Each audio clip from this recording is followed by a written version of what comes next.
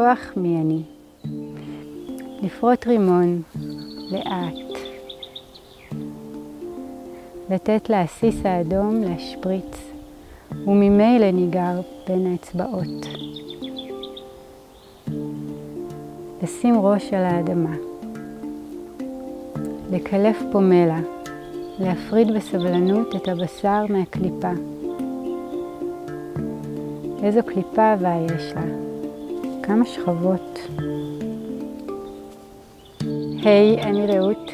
אני מניחה כאן ברעד ובהתרגשות גדולה מילים שנכתבו בי על פני הרבה שנים. הלוואי שיגיעו ויגעו בלבבות רבים. שיהיה עבורן מקום בעולם, בדיוק במרחק הנכון, כלומר במקרב הנכון.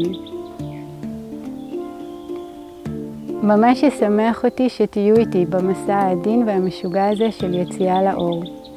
המילים האלו רגילות להיות באפלולית הנוחה של המגירה, בפנים.